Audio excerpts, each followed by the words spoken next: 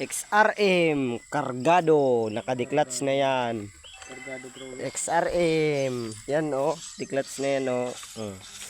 XRM declutch. Epoxy lang ang baon. Super epoxy. Naka ano yan guys, naka 63 bore. Yan oh, ang laki ng palaman niya oh.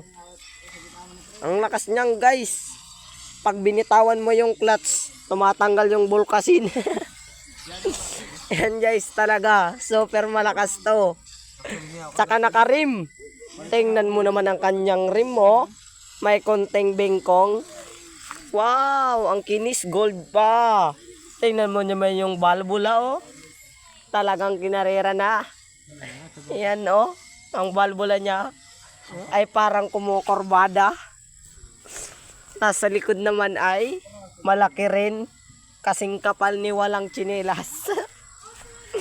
Shout out sa XRM na ito na 155cc.